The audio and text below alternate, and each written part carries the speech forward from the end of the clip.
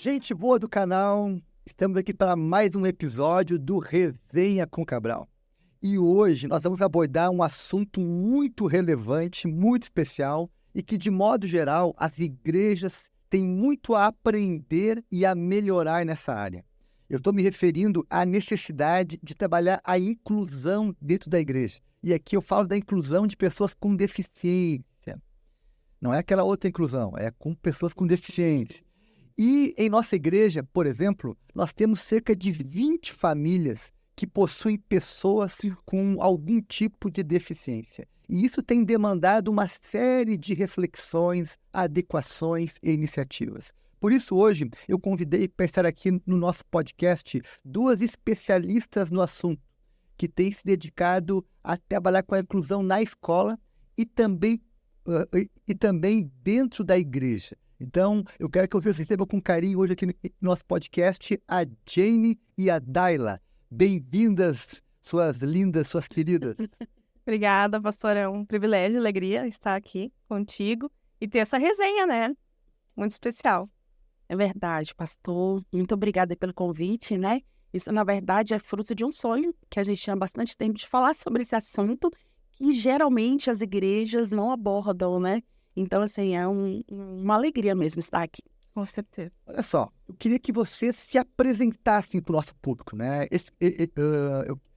Eu queria que vocês falassem qual é a experiência de vocês na área da inclusão, a formação, enfim, como que vocês trabalham com essa área atualmente. Bom, eu sou pedagoga, né? E eu estou há 18 anos trabalhando na Secretaria de Educação. E eu fui como pedagoga de anos iniciais, né? Antigamente era de primeira a quarta série, hoje é do primeiro ano ao quinto ano, né? E aí senti a necessidade aí de trabalhar com inclusão, né? Meio que fui jogada por Jesus aí nessa área da inclusão. E a gente já está um bom tempo trabalhando nisso, né? Então fomos nos especializando nessa área de inclusão, de atendimento educacional especializado, né, autismo, entre outras áreas aí. Você trabalha em uma escola pública ou privada? Sim, eu trabalho numa escola pública, que é da rede da Secretaria de Estado de Educação aqui do Distrito Federal. Estou há 18 anos na rede. E você, Daila? Bom, então eu me chamo Daila, sou formada em pedagogia também. Bateu as datas aqui também, estou há 18 anos atuando na área da educação.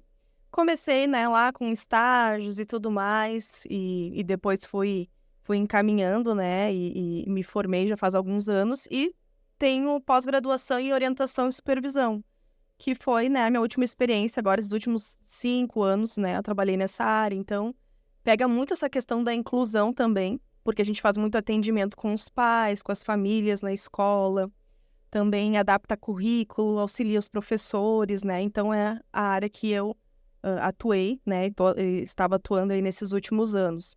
E agora, nesses últimos meses, me especializei em acompanhante terapêutica, né, que é uma área fora da área educacional e escolar, é uma área mais clínica, mas que também é uma novidade, um suporte muito bom para as famílias, né. O que faz um acompanhante terapêutico? O que ele faz? Ele não é nem uma babá, né? Já vi alguns posts falando sobre isso, né? Que acompanhante terapêutico não é uma babá que vai auxiliar a criança de inclusão.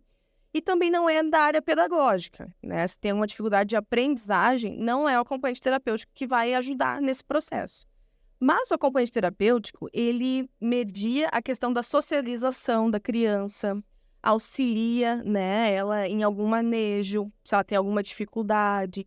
Então, nesses últimos meses, eu estava trabalhando com um menino autista, que não era não verbal, com 4 anos, e ele tinha muita dificuldade de brincar, dificuldade de os brinquedos saírem do lugar, tinha que tudo estar no mesmo lugar todos os dias, dificuldade de sentar à mesa e comer. Então, a gente foi trabalhando, né? Então, o acompanhante terapêutico faz isso. Ele ajuda nessa socialização, no manejo, e também ele dá essa autonomia para essa criança. Então, auxilia muito nisso, né? Que então, por isso que sempre lembra, não é uma babá que vai fazer tudo, ela vai estar junto ali e vai estar auxiliando e manejando, né? Então, são as minhas áreas de atuação aí, né? Que bom. Ô, Jenny, eu queria te ouvir sobre da onde surgiu a tua motivação em trabalhar com inclusão. Como isso começou na tua vida? Sim, então eu tinha, né, uma tia com deficiência, ela teve paralisia infantil, então ela não era cadeirante porque ela se recusava a estar numa cadeira de rodas. Mas ela usava um aparelho nas pernas, esse aparelho dava uma firmeza nas pernas e ela usava muletas para se locomover. Então, assim, ela sempre teve muita autonomia, né, para andar, para fazer as coisas, casou, teve 2 filhas e sempre muito autônoma. Infelizmente, em 2021 ela faleceu, e não foi por conta da deficiência, né, nem da paralisia que ela teve. Ela teve um câncer de mama, né, e aí veio a falecer. Mas, assim, a minha grande inspiração foi ela, né? Porque a gente vê uma dificuldade mesmo das pessoas em aceitar, em proporcionar, né, atividades ou acessibilidade a essas pessoas. Então, a grande motivação foi a minha tia. Porém, quando eu comecei a estudar essas questões, eu me inscrevi para altas habilidades. Então, eu gostaria de trabalhar, a princípio, né, meu interesse era para trabalhar com crianças que tinham altas habilidades de superdotação. Só que eu não tinha ainda uma oportunidade dentro da rede de ter uma turma, né, dentro do atendimento educacional especializado na área de altas habilidades. E quando eu falo que Jesus me empurrou, né, nessa outra área, é porque, de fato, a minha habilitação era para altas habilidades e, de alguma forma inexplicável, eu também fui habilitada para trabalhar com a sala de recursos multifuncionais, que não trabalha com altas habilidades, na verdade, ela vai trabalhar com as crianças com deficiência, né, com todo tipo de deficiência. E eu recebi, assim, essa habilitação e entrei nesse mundo aí nessa época, lá em 2015, né, eu entrei nessa área aí e me apaixonei. Não tive como não me apaixonar. E altas habilidades eu nunca exerci, né, mas a sala de recursos, sim. Você, Daila? Bom, a minha paixão, né, o meu amor, começou lá em 2006. Eu tinha 17 anos, recém-casada e começando a faculdade também. E meu primeiro estágio foi com inclusão, né? Eu era auxiliar de prof e foi no Rio de Janeiro. E eu ficava com um menino que tinha 13 anos e estava no primeiro ano, né? Naquela época ainda falava série ainda. E então eu auxiliava ela, né? Tinha essa troca. Então eu criei assim um amor tão grande, despertou já no primeiro semestre de faculdade. Eu comecei já a estagiar, né? E aí pensando assim nessa pergunta, 3 palavras assim me vêm muito forte ao coração, né? Que é o amor pelas pessoas e pela profissão, a questão da necessidade. A gente sabe, né? A gente está na área, a gente vê a necessidade que tem de profissionais capacitados. Então, durante a minha jornada pedagógica, jornada de trabalho, por muitos anos, cada turma que eu pegava aparecia, né? Sempre tinha uma inclusão e um desafio novo. E isso foi trazendo ao meu coração essa necessidade realmente de fazer a diferença, né? Profissionais que tenham paciência, né? E que gostem, que amem, né? E outra questão é a relevância desse trabalho. Então, 3 palavras que eu ressaltaria, assim, que pegam o meu coração, né? A relevância de fazer a diferença. Então, eu lembro de todos os alunos que eu tive de inclusão, que como eles marcaram a minha vida. Então, eu vejo como uma troca, sabe? De que eu estava ali ensinando, mas eles estavam me ensinando muito mais. Uau. E para a vida, sabe? Então, assim, eu vejo que essas crianças me moldaram. Não só eu moldei elas, mas elas me moldaram de um jeito que marcou, assim, marca, né? Então, muitas vezes chegar em casa, conversar com o Rodrigo, falar com as pessoas, se emocionar com aquilo, de ver a diferença do nosso trabalho, a criança se desenvolvendo, mas ver que a gente também se desenvolve emocionalmente, né? Se desenvolve, assim, eticamente, com mais empatia, com mais amor, então, nesse sentido. Que legal. Boas motivações, né? Boas motivações. E sabe que isso é muito importante, saber de onde veio a motivação para trabalhar nessa área. Agora, tem pessoas que estão hoje acompanhando esse podcast que precisam se familiarizar com algumas expressões. Então, eu queria que vocês me ajudassem. Por exemplo, qual é a forma correta de se referir? É pessoa especial, pessoa com deficiência, enfim, qual é a forma correta?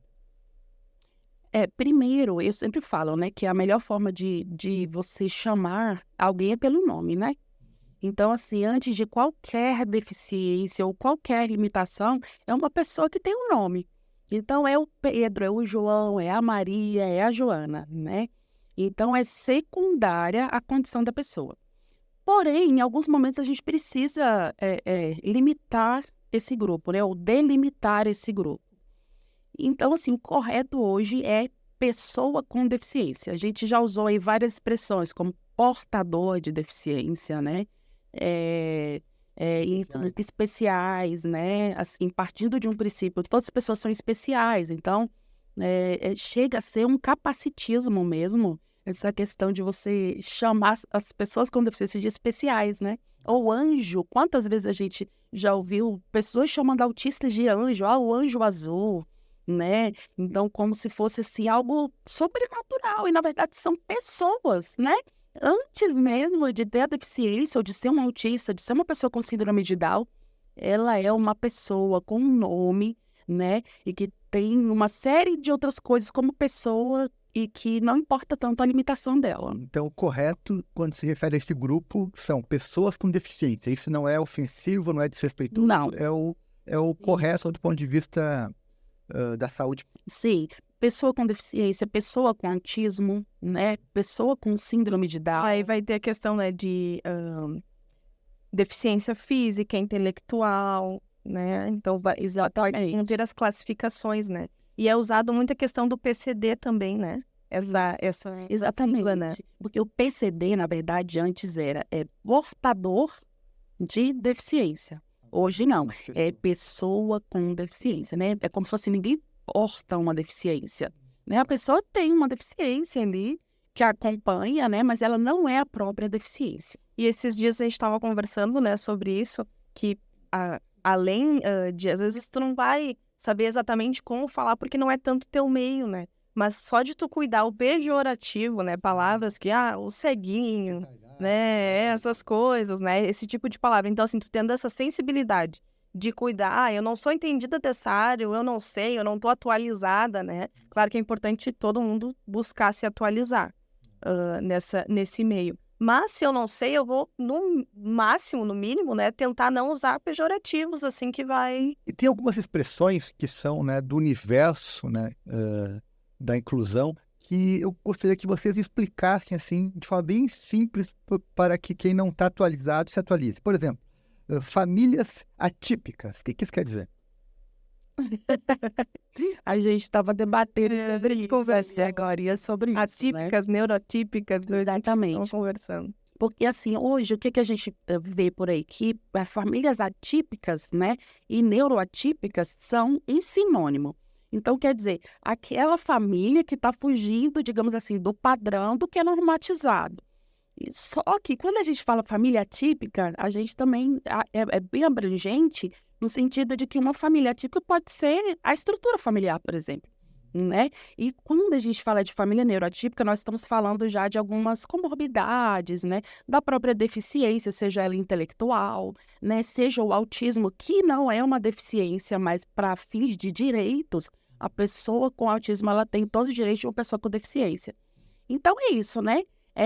Tem alguma deficiência ou algum transtorno, como o TDAH, seria uma família, né, atípica. Ok. Né? E o que é uma expressão muito comum que a gente ouve muito, que é o capacitismo? Sim. Ele é a discriminação, preconceito com qualquer tipo de pessoa com deficiência, né? Então, às vezes, a gente usa... Eu anotei aqui, escrevi alguns exemplos, né? Por exemplo, tem gente que não tem uma perna, né, mas trabalha, e você tá aí reclamando. Então, às vezes, a gente usa algumas expressões, né, que tá ali dando incapacidade para aquela pessoa. Então, a gente acha que porque aquela pessoa tem alguma deficiência que ela é incapaz de fazer, né? Por exemplo, cadeirante, né? A questão assim. Aí, porque ela não pode ler muito bem, fazer outras, né, outras questões, a gente incapacita. Né? E às vezes, assim, a gente pensa assim, será que nós somos capacitistas, né? E todos nós somos capacitistas, porque isso tá arraigado na gente, sabe? Porque, por exemplo, quando você fala assim, poxa, fulano deu uma de chão sem braço, né? E você fala, quer dizer, é uma expressão capacitista no sentido de que você não quer dizer aquilo, né? Quando você tá falando assim que você deu uma de João sem braço, você se fez de fingido, se fez de que não estava compreendendo. Então, a gente usa a limitação de alguém, né, para poder ali, através de uma figura, usar como figura de linguagem, né, para expressar aquilo que você quer. Exatamente, igual aquela, né, Hoje em dia tem de autista, todo mundo tem um pouco. Isso, tô mais perdido que cego em tiroteio, né? Poxa, é infeliz, são expressões infelizes de se dizer. Então, quando alguém usar elas, tem que se desculpar na sequência, se retratar, evitar. Exatamente, são expressões Pejorativas, capacitistas, pejoratistas nele. Uma vez uma pessoa me disse, usou uma expressão chamada desregulação sensorial. Eu fiquei, o que é isso? O que é desregulação sensorial? Então, quando a gente fala em desregulação sensorial, a gente está falando dos nossos sentidos, né? Que se desregulam mesmo, é a palavra por ela mesma. Então, nós temos a audição, temos a visão, temos o tato, temos ali o paladar. Então, algo provocou em você, né? Ou na pessoa que tem autismo, isso acontece muito com quem tem autismo, uma desregulação. Então, aquilo atingiu o seu sentido de alguma forma, de maneira que você não consegue suportar. Seria tipo um surto? Exatamente, né? A gente não usa muito a expressão surto, popularmente a gente fala surto, mas desregulação é isso. É quando os seus sentidos, eles se desregulam por alguma provocação. Desorganizou, também usa essa palavra. Desorganização. E sempre tem um motivo, né? Exatamente. Então, quando a criança tem esse tipo de comportamento, sempre vai ter um motivo que às vezes pode ser, vamos dizer, né? Surtou, se desregulou lá na escola. Mas pode ser no caminho da escola, que já houve alguma situação que vai fazer. E aí, a gente até vai conversando sobre isso, né? Então, pode ser gritos, pode ser choro. Quando uma pessoa autista começa a bater com a cabeça na parede. Também. Alguma coisa provocou, alguma coisa. né? Seria Algo desregulação. provocou uma desregulação. Que ela Chorar, expressou... gritar, correr, Exatamente. correm. Ficar violento. Por que é Sim. sensorial? Sensorial é o que acontece. O comportamento é a consequência. Então, é sensorial porque, às vezes, ela ouviu uma música alta que não está conseguindo suportar aquele som. E aí, o comportamento dela vai ser de chorar, ou de se jogar no chão, ou de espernear, ou de gritar, ou de até agredir o outro, né? E no caso do autismo, né? Cada um tem as suas questões, né? Cada um é cada um, né? Claro. E aí tem essa questão mesmo que tu trouxe desses exemplos, né? Tem, por exemplo, no âmbito da igreja, tem autistas que vão amar o louvor e vão gostar, vão se envolver, mas acabou a música e o pessoal bate palma, o bater as palmas pode desregular, porque aquilo incomoda, ou um grito, né? Mas a música em si, aquele ambiente, ver os instrumentos, para ele é muito normal e ele gosta, se envolve. Mas vão ter, a gente usa a palavra gatilhos também, né? Então tem gatilhos que tu já conhece a criança, tu sabe que aquilo ali pode surgir um gatilho para ter uma questão, assim, de desorganização. Tem como, por exemplo, uma família, vou usar aqui o teu exemplo, tá? Tem um filho, né, com deficiência autismo.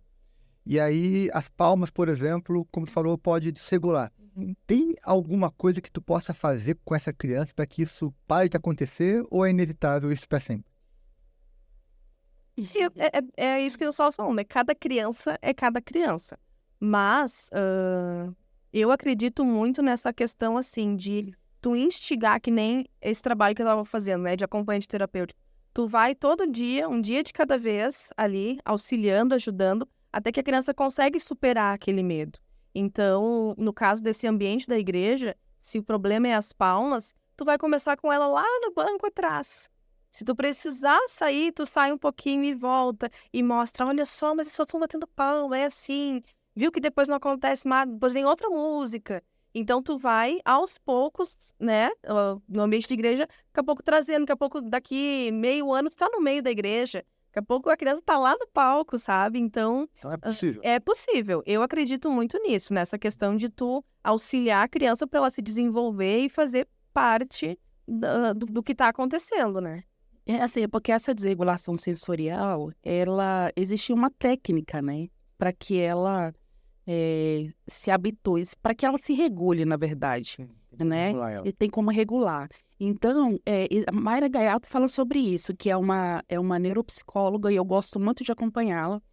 E ela fala que existe a aproximação sucessiva. Então, é justamente isso que Daila falou, né? Ou seja, aos poucos você vai fazendo com que ela acostume com aquele som, com aquele barulho, com aquelas luzes, né? Com todas aquelas questões. né? Na época da pandemia, a gente teve um problema muito grande com a questão da máscara. Porque crianças com autismo não queriam colocar a máscara de jeito nenhum, tinha que ir para a escola, né? Então, o que a gente fazia? Aproximação sucessiva. Então, em determinado momento, num primeiro momento, na verdade, essas crianças pegavam a máscara e só pegavam na máscara. E ficavam um bom tempo ali, dias pegando na máscara, né? Num segundo momento, ela brincava de colocar a máscara aqui, ó, no rosto, de um lado para o outro, né? E num terceiro momento, ela colocava aqui, ó, a alcinha na orelha, né? Então, isso é como se fosse assim, progressivo, Um exatamente. dia de cada vez, como a gente estava falando. Um dia de cada vez. Exatamente. Justamente para que ela acostume com aquilo. Você, nós temos facilidade de pegar uma máscara e colocar no rosto. Agora, alguém que tem uma dificuldade que a gente fala que é transtorno do processamento sensorial, que leva a essa desregulação sensorial, ela não consegue simplesmente pegar uma máscara e colocar no rosto, né? Então tem que ter esse processo. Tem que ter esse processo. Lá na escola, nós vivemos, né, algo parecido assim. Uma criança foi no pré-2 e esse ano ela estava no primeiro ano. Então, foram 2 anos na escola e muita dificuldade de apresentar, né? Por exemplo, quando tinha apresentações de pais, de mãe, né? Natal, por conta do quê? Do multimídia, né? E das luzes. Então, isso incomodava um pouco, os aplausos também. E nós fomos fazendo assim, primeiro, as apresentações eram na igreja, né? A escola era cristã, então usava esse auditório da igreja. Então, a criança ficava lá fora, olhando pela janela, vendo tudo o que acontecia. Aí, depois dava, no próximo mês, a gente já conseguiu botar ela lá na igreja, no último banco. E ela veio vindo.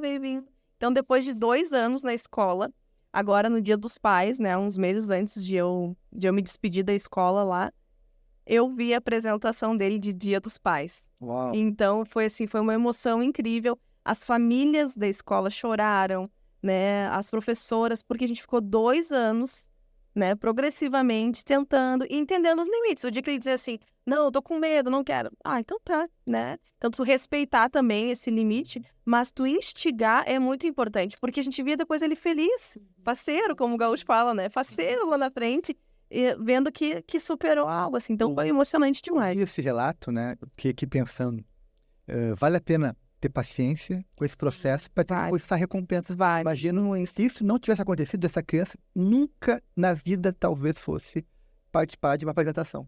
E é um trabalho em equipe, né, pastora? Assim, acho que é muito importante lembrar, né? Que é essa parceria da família, parceria da escola, no nosso caso, parceria da igreja, parceria da clínica, né? Dos atendimentos especializados. Quando esses profissionais, esses lugares se unem, essa criança, ela vai longe, né? Então, esse trabalho em equipe é muito importante. E já que a gente está falando de, né, pessoas com deficiência, quais são os tipos mais comuns de deficiências nos dias atuais? Falando mais das neurodeficiências. Uhum. A gente vê muito autismo, né? Inclusive a incidência de autismo, aí no mundo, né? Que antes era de 1 por 100, e esse número foi caindo, né? Hoje está a cada 36 nascimentos, uma criança é autista. Uau. Então, assim, é um número alto, né? A gente não sabe aí os porquês disso, mas o autismo na nossa realidade de escola, o que a gente mais vê é autismo e deficiência intelectual. Aí entra o TDAH, né? A dislexia, descalculia. Hoje em dia tem o TOD, eu não sei exatamente que classificação que ele entra, mas, né, tem acontecido, assim, também bastante, né? Tá, e vamos dar aqui uma ajuda para os pais, tá? Vamos imaginar que tem alguns pais que estão suspeitando que o seu filho tenha alguma dessas deficiências neurológicas. Qual é o caminho, o que um pai deve fazer para ter um diagnóstico mais seguro, mais preciso sobre isso? Bom, a princípio, né, eu vejo 2 portas de entrada bem claras, assim, que a criança na idade escolar geralmente vai ter essa reunião ali, né, se a professora identifica algo com a família, lembrando que o professor nunca vai dar diagnóstico, mas ele vai alertar a família que tem algo, por mais que o professor, né, ele tenha ideia do que pode ser, mas precisa ter esse cuidado, então ele só vai informar. E aí, se a criança está em então idade escolar e é uma questão de aprendizagem, né, que ela está tendo uma dificuldade nesse processo, vai procurar uma psicopedagoga, tá? É a primeira porta de entrada. Se a criança não está em idade escolar, ou é uma questão, assim, atraso na fala, a questão também seletividade alimentar, geralmente a primeira porta de entrada dela vai ser o pediatra. E aí ali o pediatra vai encaminhar para uma fono, né? Vai encaminhar para um nutri, se for essa questão da seletividade. E no final desses dois processos, tanto a questão da psicopedagoga quanto do pediatra, né? Vai cair lá no final num neuro, né? Qual outro profissional também que a gente... Psiquiatra. Psiquiatra também, porque às vezes alguma criança pode precisar de medicação, né? E quem vai dar esse laudo, vai laudar, né? E aí, sempre trabalha em equipe, né? Então, a psicopedagoga vai trazer esse laudo, esse atendimento, ou a fono, a nutri. Então, une esses documentos e quem dá o laudo é o neuro ou o psiquiatra. E normalmente isso pode levar quanto tempo? Entre a primeira consulta até o laudo? Depende, Às vezes pode dar família também. né? Assim, o que é importante também, Daila, é observar na caderneta de saúde da criança, aquela que a criança recebe quando nasce, lá atrás tem os marcos do desenvolvimento. Então é interessante estar acompanhando esses marcos, né, junto ao pediatra, porque às vezes há um atraso ali, a criança ainda não engatinhou, não andou. Então o pediatra vai sinalizar isso também, né? E aí, assim, depende muito. Hoje, se a pessoa for depender do Sistema Único de Saúde, ela às vezes demora muito tempo. Eu conheço... Mas assim, vou te dizer que até plano de saúde, né? Hoje em dia, para tu conseguir uma consulta com o neuro, muitas vezes é 6 meses tu esperando. Uau! Então, né, nos atendimentos que eu fazia na escola, então Estudantes mais de de medicina, façam neuro, passa... Exatamente. É isso aí.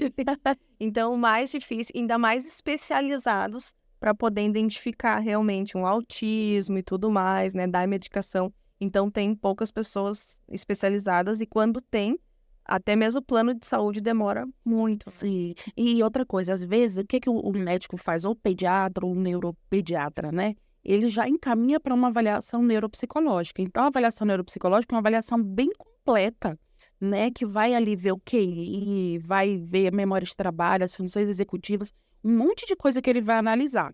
Só que essas avaliações o plano de saúde não aceita, não tem na rede pública, então é só particular. Então, às vezes, esses diagnósticos, eles emperram muito por essas questões, sabe? Por essas questões... Eu fiz há pouco tempo um estágio numa escola pública e os professores falavam que tinha muitos alunos que eles tinham suspeita, quase que certeza de que tinham uma deficiência, mas eles estavam aguardando o diagnóstico e eram crianças com 9, 10, 11 anos, né? Justamente por causa dessa dificuldade com o serviço público. Sim. Pessoas carentes, né, com poucos recursos, aí fica mais demorado. Até quando tu fez a pergunta, eu disse, depende das famílias, porque também tem o processo da família. Tem muita família que, às vezes, né, como eu trabalhei muito tempo nessa questão da orientação, tu chama, conversa, a família fica na negação. Então, tu instrui, mas tu depende dela, né, para que ela leve, para que ela... A escola vai fazendo, muitas vezes, a adaptação, né, já no processo, quando ela identifica.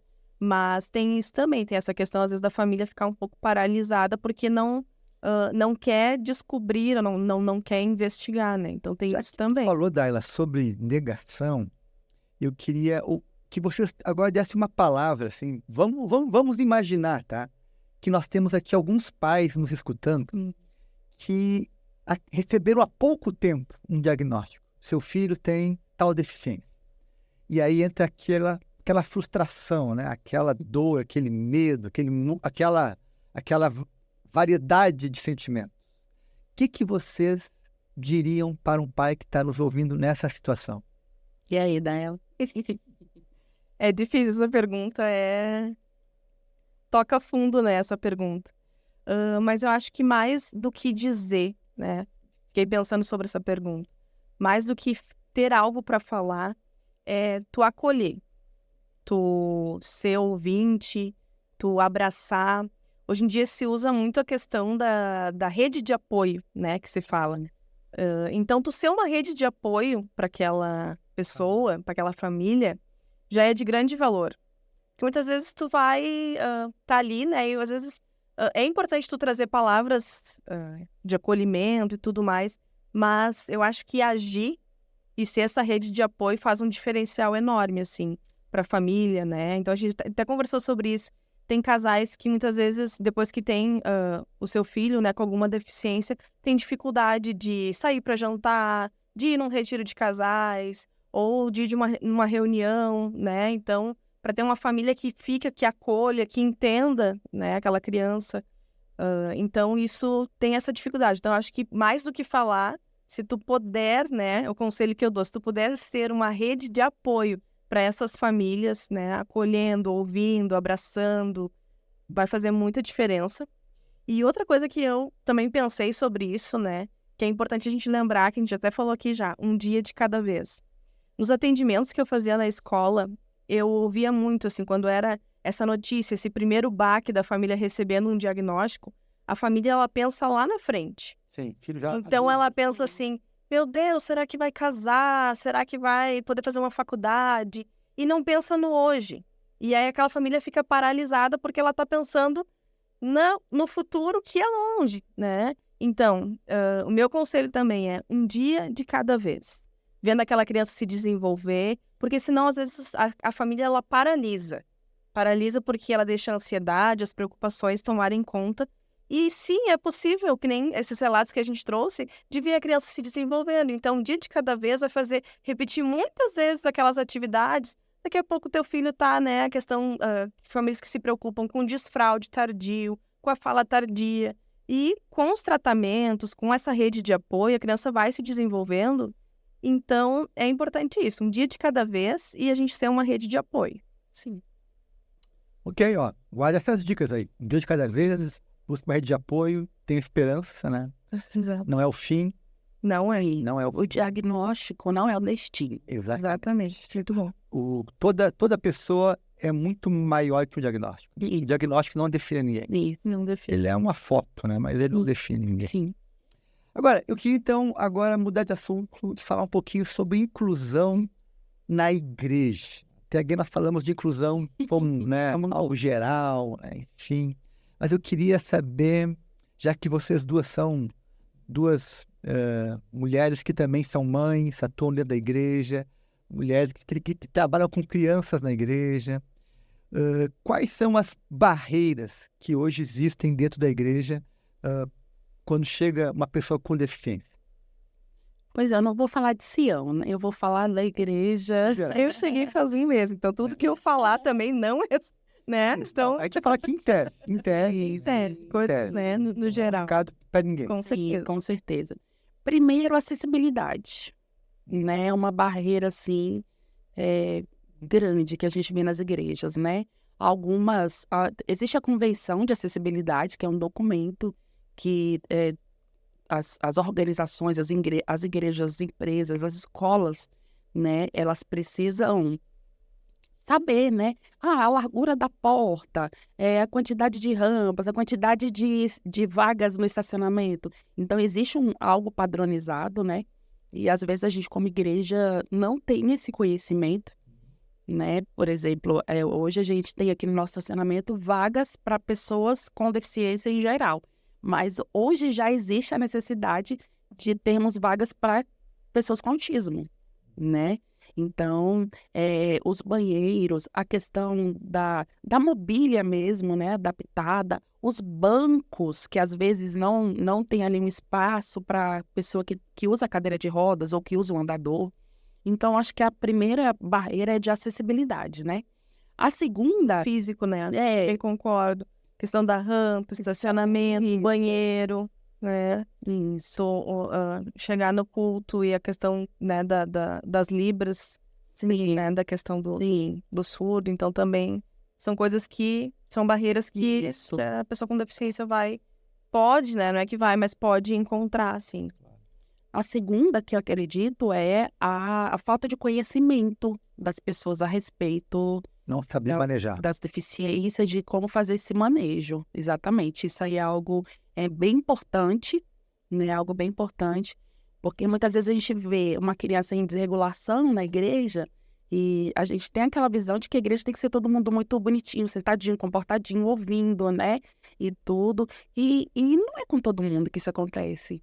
Então, muitas vezes, a gente até julga, rotula de uma criança mal educada, da culpa os pais não da educação. Ah, se fosse eu, uma boa sandaliada resolvia, né? E não é. Então, a gente precisa ter conhecimento a respeito disso. Hoje em dia, não dá para a gente não ter mais conhecimento sobre essas questões. É uma barreira também importante que nós enfrentamos. Ok, vamos então pegar aqui agora alguns exemplos, né, de como a gente pode pensar a inclusão na igreja, pensando assim em áreas da igreja. Sim. Por exemplo, como a gente pode trabalhar a inclusão na recepção da igreja, na integração ali. Quem trabalha ali no Boas-Vindas, como deve receber as pessoas com deficiência? Eu vejo, assim, em primeiro lugar, né, essa questão da recepção, é tu ter um olhar atento, né, e empático de perceber e orientar aquela família. Então, acho que o princípio ali da recepção é esse acolhimento inicial e orientar, indicar. Olha só, nós temos um banheiro e tal, né, Temos um lugar que é adaptado, nós temos uma sala, então se qualquer questão tu pode ir ali naquela sala. Então, a recepção faz mais essa parte de orientação e esse acolhimento, né? Eu vejo muito nisso. Boa. Ok. Agora vamos pensar no Ministério Infantil, que toda igreja tem, né, em tese, um trabalho com crianças. Que tipo de adequação deve ter para receber crianças com deficiência? Então, a adequação do espaço também, né? Salas com muitas, no caso da EBD, ou do Espaço Kids, né? Muita coisa exposta, pode gerar uma desregulação sensorial. Então, muita coisa na parede, muitas luzes, um ambiente carregado, né? Eu acho que a igreja tem que se preocupar com isso, principalmente o Ministério Infantil. E outra coisa que é a questão de fazer um plano, né?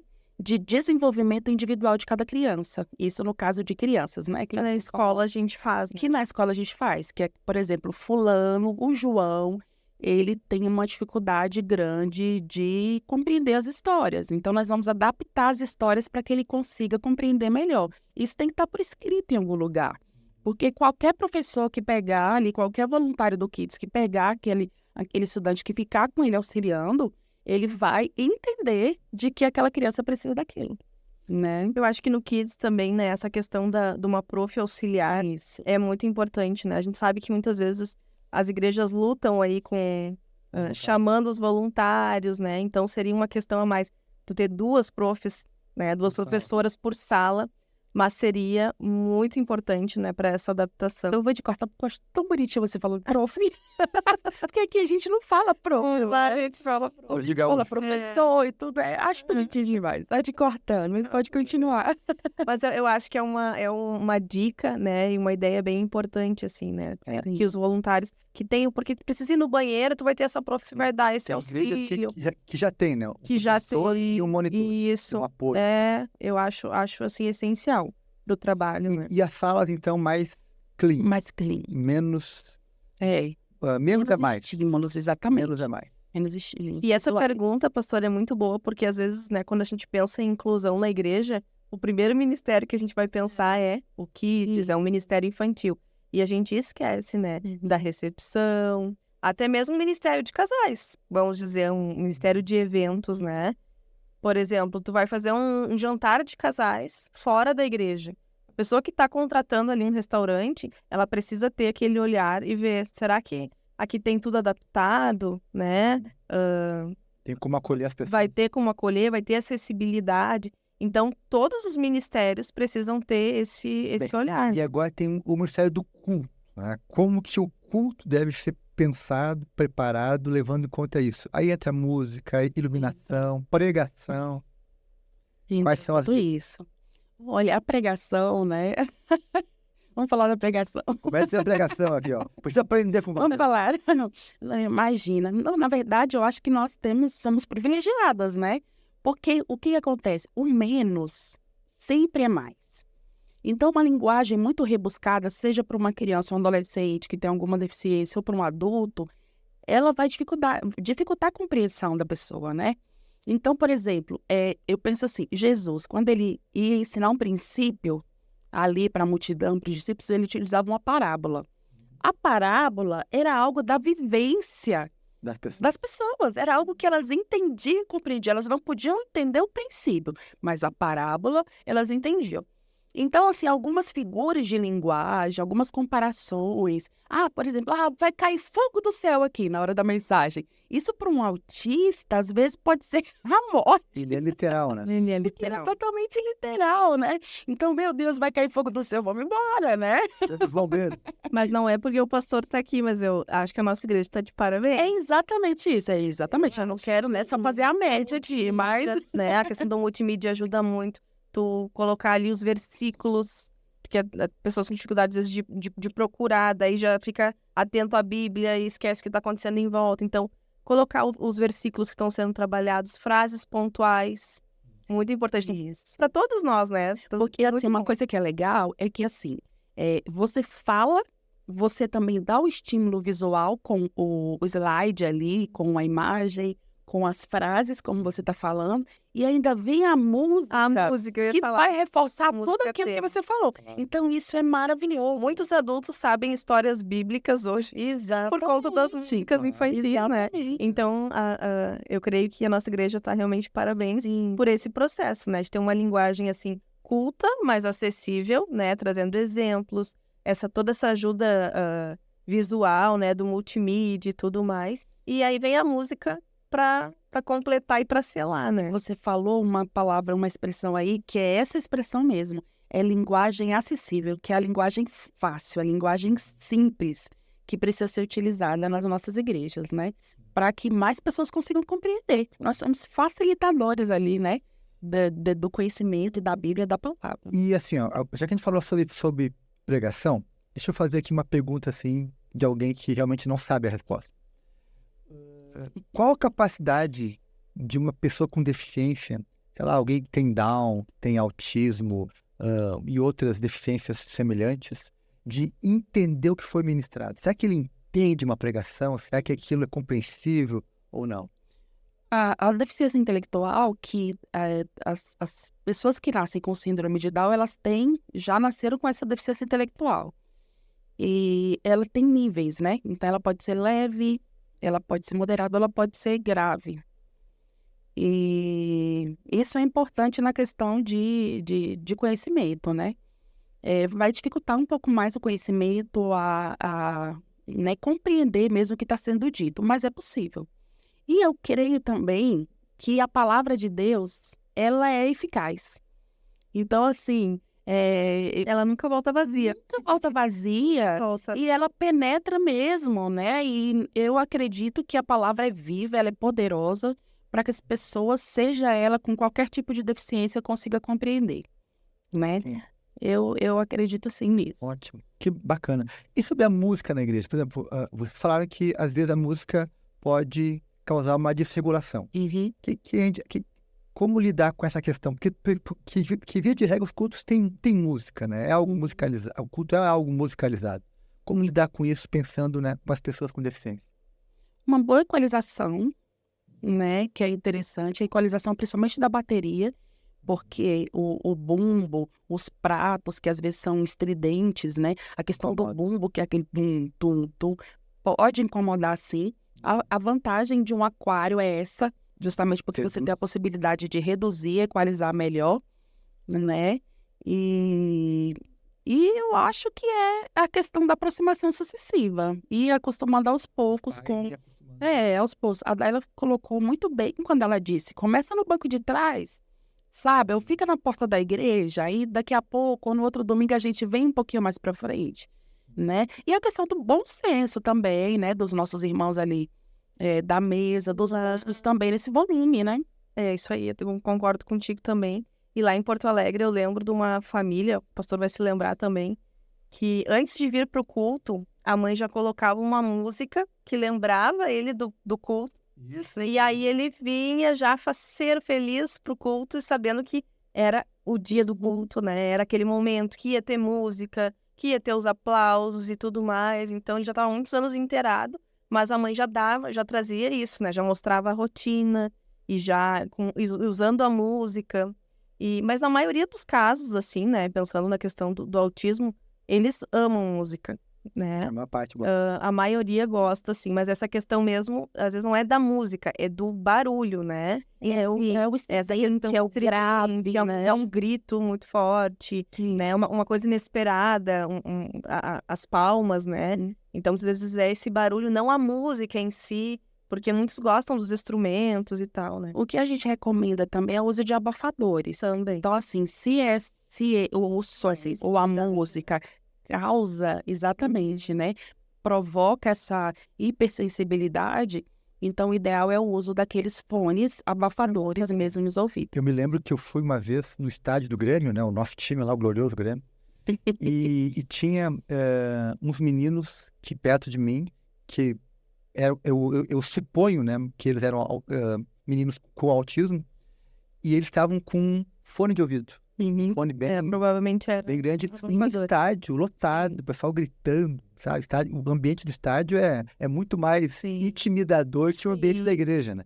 Estavam ali 2 meninos ali com fone, vendo o jogo. Superando, né?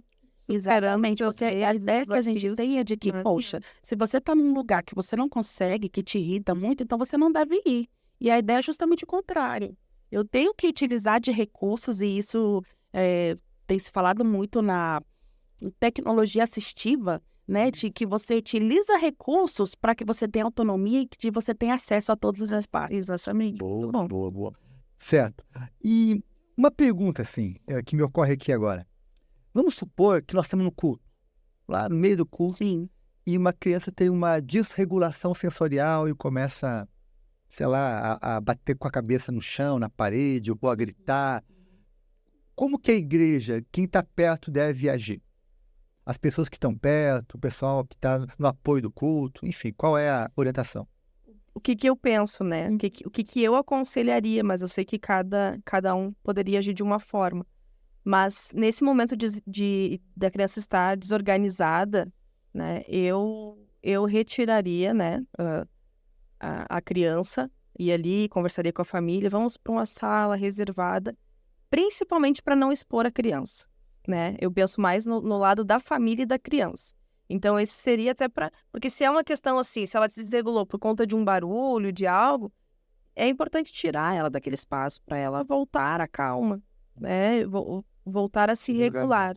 E, principalmente, o retirar, não para que ela, como nós estávamos falando, né? Não para que ela não seja instigada a ficar ali ou não tem que ficar. Mas naquele momento que ela está desregulada, é importante retirar para essa volta calma e para não expor ela, né? Acho que isso é o principal, assim, pensando na criança, né? E se você não for fazer nada, se você for apenas alguém que está assistindo o culto e tem alguma criança desregulada, tua postura deve ser de manter a calma. De manter a calma, olhar com compaixão, entendeu? Perceber que isso é natural, que a criança tem isso mesmo, né? E perguntar, você precisa de ajuda? Perguntar para a família, você precisa de ajuda? Né? Porque às vezes ela está precisando. Ou assim, não se meta logo a ajudar, né? Pergunte, né? Você precisa de ajuda? E aí sim. Só olhar, né? Não vai ajudar muito, Sim, né? Exatamente. Então, é realmente ter essa empatia e perguntar, posso te ajudar? Né? Tem uma sala aqui perto, a gente pode ir ali. Eu vejo assim nas igrejas, de modo geral, quando se refere a crianças, e aqui entra todos os tipos de criança, duas estratégias. Tem igrejas que as crianças ficam o culto inteiro participando num espaço alternativo, né? Chegou na igreja, ganha uma pulseira e vai para uma sala e fica lá o culto todo. E tem igrejas que a criança chega, fica um tempo no culto com todo mundo e depois vai para uma sala, né, onde tem a programação para ela. Pensando agora em crianças com deficiência, o que seria melhor? Ela assistir uma parte do culto junto com toda a congregação ou já desde o início do culto já ser encaminhada para uma sala onde as crianças vão estar participando já? Eu acho assim, tanto a criança com deficiência e a criança típica, né? Eu acredito que elas devem ser incentivadas a permanecer no culto, né? A não ser que tenha um momento em que elas saem para fazer o culto infantil, mas eu acho importante. Porque, assim, a minha linha de pensamento é essa. Se em outro momento ela vai num teatro ou ela vai em outro lugar, em que existe ali aquela junção, aquela união de família, de adulto com criança, ela também vai... o culto aqui para ela é uma oportunidade de aprendizado, né? De aprender ali a se adaptar ao ambiente com muitas pessoas. Eu vejo o culto como uma celebração em família. Então, se todas as vezes ela for retirada ou simplesmente... eu sinto isso como exclusão. Né? Eu vejo isso como exclusão. A criança com autismo, ela não fica no culto, então nós vamos sempre retirá-la e deixá-la à parte numa sala. Assim, a minha opinião, eu não me soa bem isso. Eu acredito que ela tem que ter a oportunidade de assistir o culto junto com a sua família. Se ambientar como família, a família ter a paciência. Exatamente. E a igreja também, porque o barulho incomoda às vezes. Sim, ninguém, né, gosta de estar falando com alguém, às vezes ali chorando, gritando, mas é aí que a gente vai exercer a compaixão, né, a paciência, porque aquela criança ela vai precisar disso para se regular e se adaptar. A gente poderia usar, então, uma expressão muito comum hoje que é humanização, né? Então, culto humanizado. Eu concordo com tudo que a palavra falou. Exatamente. Exatamente, eu vejo bem dessa forma. Acho que o único motivo da criança não chegar e ir direto pro culto, participar do que está acontecendo, acho que se acontece alguma coisa no caminho e já chegou talvez desorganizada, né? Que precisa desse ambiente, assim. Mas, de outro modo, eu creio que é importante, sim, participar, né? E ir instigando isso. Começa talvez lá no fundo, depois vai pro meio, daqui a pouco tá lá na frente, né? Mas a família ter essa paciência, essa persistência, né? E, legal.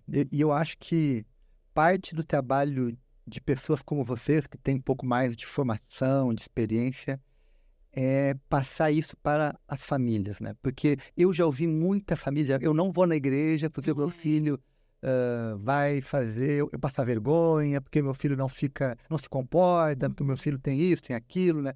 E aí acabam aumentando o sofrimento. Sim, exatamente. Então, eu acho que a gente precisa ter na igreja pessoas como vocês, em cada igreja precisa ter pessoas assim, que possam ajudar esses pais a perder o medo de se socializar, de ir na igreja, né, de participar, porque às vezes não é nem a igreja só que é o problema, às vezes também pode ser a família, né, com resistência também, né? Eu essa semana mesmo recebi uma mãe e ela me contando que ela não tem vida social. Ela não tem vida social justamente porque sabe, se levar numa reunião de família, o filho vai dar trabalho, ele vai se jogar no chão, né? E às vezes as pessoas, ela vai com aquela expectativa, as pessoas não vão ter paciência, as pessoas não vão compreender. Nem sempre é assim, Claro. Mas acontece muito, né? Só que elas já vão armadas e elas preferem o isolamento mesmo. Agora, eu queria olhar um pouquinho para a Bíblia aqui com vocês.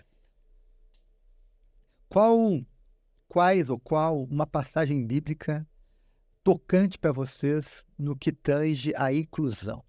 Vocês lembram de algum texto que inspira vocês sobre como a Bíblia trata esse assunto? A gente está rindo aqui porque nós pensamos no mesmo texto e a gente não tinha conversado antes, né?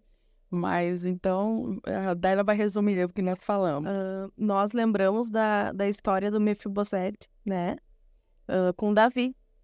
Então, o Mefibosete, ele é filho de Jonatas, né? E ele não nasceu com deficiência, mas por uma fuga, ele acabou caindo do colo da babá e tudo mais, né? E aí, depois que Davi já era rei, se lembrou do amigo, né? E foi atrás, descobriu então que tinha um filho, né? Então ele teve acolheu, chamou ele para esse reino, para compartilhar da mesa, né? Então essa é uma história muito bonita, uma história de inclusão que a gente vê na Bíblia, né? De acolhimento, que ele honrou Mefibosete, né? Honrou ele, honrou a amizade, né? Então é uma história muito bonita. E outro ponto também que eu lembrei, né, é a questão do ministério de Jesus. Jesus foi muito inclusivo, né? Então, se a gente olhar a escolha dos discípulos, olhar a escolha... Claro que aqui eu estou falando bem amplamente da questão dos improváveis, né? E olhar também as pessoas que ele curou. Jesus teve um ministério com muita inclusão. O que eu acho interessante também nessa história é que é justamente isso que você falou. Ele não nasceu assim. Não nasceu. Então, isso traz pra gente uma lição.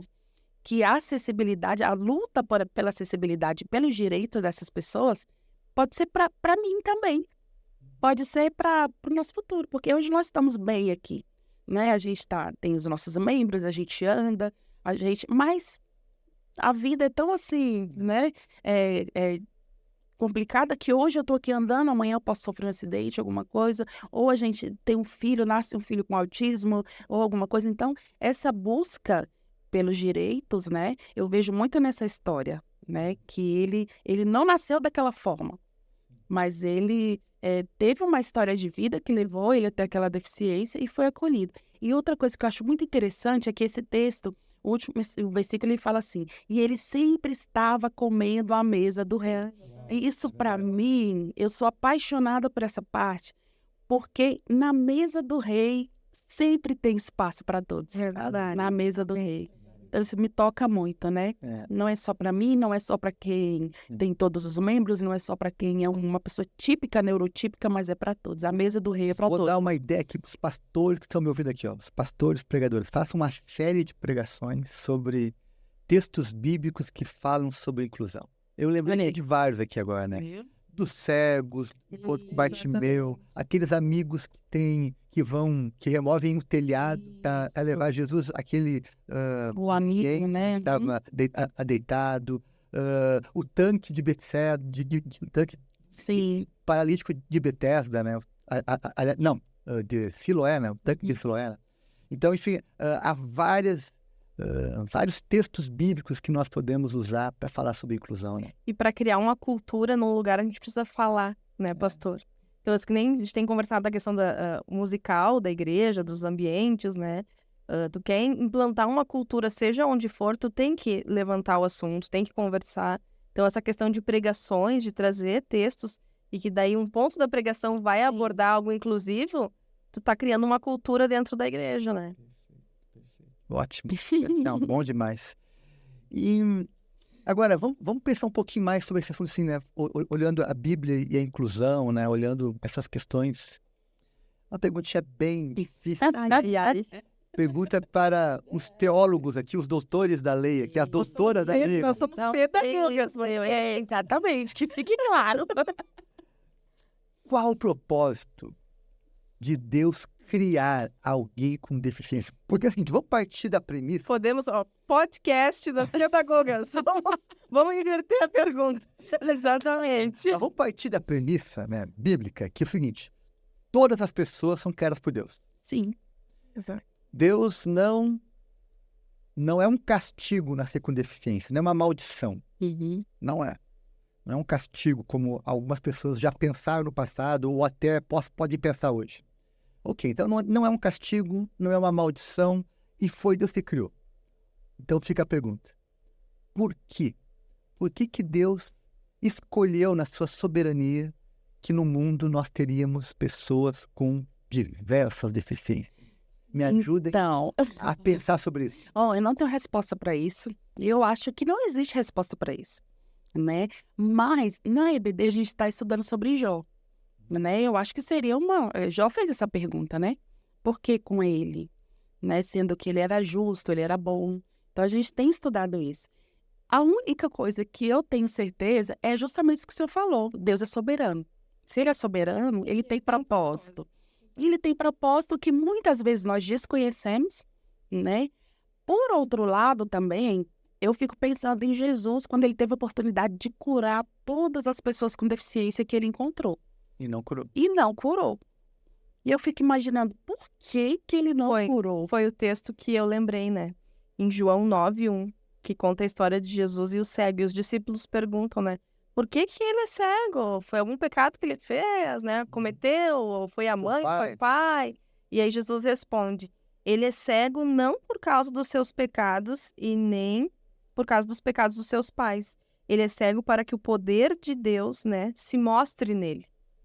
E aí tem um detalhe, né? Nem sempre vai ser talvez a cura, mas o poder de Deus se revela nele de qualquer forma, né? Assim como se revela em nós. Então, tendo a cura ou não, Deus continua tendo um propósito, continua sendo Deus. E esse texto, esse versículo me faz lembrar disso, né? Que a glória de Deus, ela sempre é revelada, né? Não interessa se há uma deficiência ou não, há uma cura ou não. Sabe, Jamie e Dylan, eu já conversei com muitas famílias que fizeram essa pergunta. Por que Deus permitiu isso? E essa é talvez uma das perguntas que nós não temos uma resposta pronta, né? Mas tem algumas coisas que talvez nos ajudem a elaborar, né? Uma delas que eu concordo com tudo que você falar, Sim. sem dúvida, mas eu acrescentaria ainda algumas coisas. Por exemplo, Deus mostra, através de uma pessoa com deficiência, um nível elevado de um amor altruísta. Quando eu quero aprender sobre amor altruísta, eu olho para uma família que tem um membro com deficiência.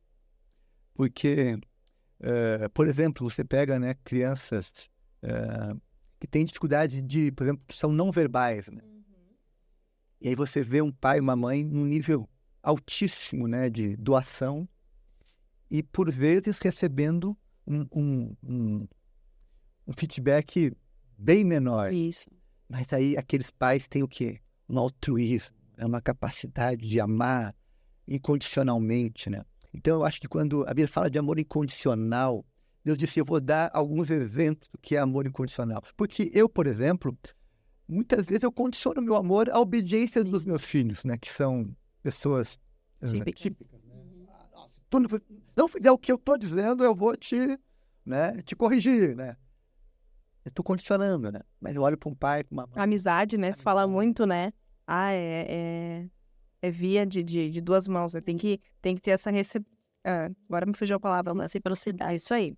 Então tem que ter isso. E nesse caso, é isso que tu falou, né, É um pastor? altruísmo, é um amor incondicional, é um nível talvez mais elevado de dedicação, né? Sem querer romantizar, né? A gente sabe que os filhos são bênçãos em qualquer situação, mas a gente não pode ser ingênuo de dizer que um filho com deficiência não requer mais esforço dos pais, né? E aí a gente vê pais, parece que se tornam pessoas melhores. Parece que eu conheço vários pais de crianças, né, com deficiência e eu percebo que com o passar do tempo eles vão ficando, parece que pessoas melhores, mais sensíveis, mais solidárias, mais altruístas, né? Eles inspiram muito. Isso inspira mesmo. Inspira demais. Foi o que mais me pegou, que nem eu falei lá no início, né? É tu auxiliar, tá junto e tu ver como isso te molda e te transforma, né? Isso que eu sou uma profissional, vamos dizer, né? Imagina um pai, né? Uma família que tá ali dia a dia, o tempo todo, né? Então, realmente é um amor diferenciado. É inspirador. Mas, gente boa, por favor, não pense que é um castigo. Não pense que é uma maldição. Exatamente. Não pense nisso. E quem fala isso não está falando da Deleta parte de aí, porque não tô Deus. falando mesmo. Jeito. Agora, eu queria que a gente falasse um pouquinho agora sobre um outro assunto que nós ainda falamos muito pouco, mas que também é importante, é o que nós podemos fazer agora pelos membros de uma família. Tipo os pais, o que fazer que tipo de apoio nós, como igreja, podemos dar para pais que têm filhos com deficiência, ou para irmãos que têm irmão com deficiência. Que tipo de apoio nós... Porque é um sofrimento também, né? E às vezes a gente foca tanto só na pessoa com deficiência, mas acaba não percebendo que tem ali alguém pedindo ajuda também, né? Alguém sofrendo também. Hoje em dia tem falado muito, né? Que esse olhar para a família, ele tem que ser dado com mais ênfase, né? Com mais dedicação. O olhar para a família atípica é importante também. E eu acho que a primeira coisa é ouvir. Como que essas famílias se sentem bem quando podem falar e quando tem alguém para ouvi-las, né? Parece assim que tira um fardo, né? Recentemente a gente teve uma reunião com algumas famílias aqui da igreja e elas, né, o que elas tinham em comum era justamente isso, tem alguma pessoa na família com deficiência ou elas mesmas, né, com algum tipo de deficiência. E a gente recebeu alguns relatos de pessoas falando, olha, só de ter falado e vocês terem ouvido, para mim, era como se tivesse saído um fardo das minhas costas. Então, eu acho que a primeira coisa é ouvir, é dar voz a essas famílias. Elas precisam falar e se comunicar e falar também que tipo de ajuda elas necessitam, né? Nós precisamos ouvir com atenção. E é um ambiente diferente, né? Porque se a gente pensa em escola, clínica, são lugares que prestam serviço de alguma forma. E a igreja não é, né? Assim, a questão de prestadora de serviço. Então, a família que chega na igreja, ela entende que aqui não vai ter pessoas talvez especializadas na área para atender a família, atender o filho, mas o que ela mais espera é que aqui vai ter empatia e amor, né? Porque as pessoas seguem Jesus, então elas se sentem tranquilas de os filhos estarem aqui, delas estarem. E essa questão de ser ouvinte, de acolher as falas, é um ambiente que precisa se criar, né? Muito importante, que foi até o que a gente fez na primeira reunião, né? De ouvir as famílias, ouvir os relatos. E eles querem falar, né? Então, realmente foi uma experiência muito boa, né? E criar esse ambiente é muito importante, né? E eu penso também que a questão da inclusão, essa palavra, ela nunca, de alguma forma, vem sozinha, né? Então, a gente precisa incluir, mas também adaptar. Então, isso é uma das coisas importantes do papel da igreja. A gente está aqui, estamos conversando sobre o assunto, mas também caminhar na prática, adaptando o que precisa, acolhendo, né, a família, repensando, né, pensando nas questões físicas ou outras questões, mas são duas palavras que vão caminhar juntas, né, o incluir e o adaptar. Geralmente nas escolas e em outros ambientes, as pessoas brigam pelos direitos. Então, eu escuto muitas mães falando, eu não quero que vocês amem meu filho, eu quero que vocês respeitem. Né? Mas no ambiente, no âmbito da igreja, eu percebo que é diferente. Não, nós temos que amar sim. Nós temos que agir com misericórdia, né? Com compaixão. E fazer por misericórdia e por compaixão sim também. Não só pelos direitos, mas por misericórdia e compaixão também. Nós criamos aqui na igreja Batista Sião, na verdade, a Jane e a Daila estão à frente disso, né? Um grupo de apoio para famílias atípicas. Já teve um encontro, vai ter outros, enfim. Agora, eu estou imaginando que famílias atípicas vão assistir esse podcast em algum momento e aí talvez elas estejam se perguntando, será que eu posso fazer parte? Será que eu vou ser acolhida nessa igreja? Então, eu queria que vocês agora falassem com esse público. Famílias atípicas que talvez não façam parte ainda da Sião, mas que vão ouvir esse podcast. O que vocês têm a dizer a elas? Eu acho que tudo que a gente conversou aqui foi muito bom, né? Amei fazer parte desse momento e tudo foi muito relevante, né? Então, com certeza, se você escutar, né? Tirar esse tempinho para escutar, com certeza vai fazer diferença na tua vida. E com certeza, se você vier para cá e quiser fazer parte desse grupo, vai ser muito bem acolhido, como a gente falou, né? Vai ter tempo para escuta, vai ter tempo para pensar, para incluir, para adaptar, para sonhar juntos, né? De uma igreja cada vez mais inclusiva e adaptada. Então, esse é o sonho, né? Exatamente. A Daila já falou tudo, mas o que eu quero falar é o seguinte, você não está sozinho. Nós temos aqui muitas pessoas para te escutar, para falar, para chorar junto com você, para sorrir, para se alegrar nas pequenas conquistas aí que vocês terão, né? E estamos juntos, né? Vem para cá. Lembrar que duas coisas que a gente falou lá no começo, né? Que nós podemos ser a tua rede de apoio como igreja e você lembrar também que a gente está aqui para te ajudar um dia de cada vez. Uau!